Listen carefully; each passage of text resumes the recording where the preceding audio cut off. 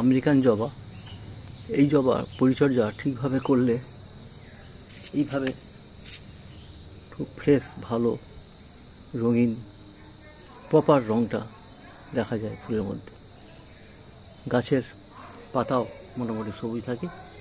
বর্ষার ফাঙ্গাস দমন করার জন্যে এতে নিম অয়েল 3 ml 1 লিটার জলে মিক্সিং করে যদি ওটা স্প্রে করা যায়, এবং SAAF সাফ 1 গ্রাম 1 লিটার জলে স্প্রে করে 1 মাস পর স্প্রে করা যায়, তাহলে এর ঠিকভাবে পরিচর্যা করা যায়।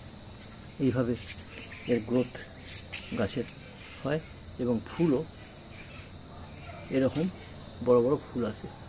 আরও কুঁড়ি এসেছে, কুঁড়িগুলো আবার ফুল আসবে। এইভাবে ফ্রেশ গাছের ফুল পাওয়া যায়।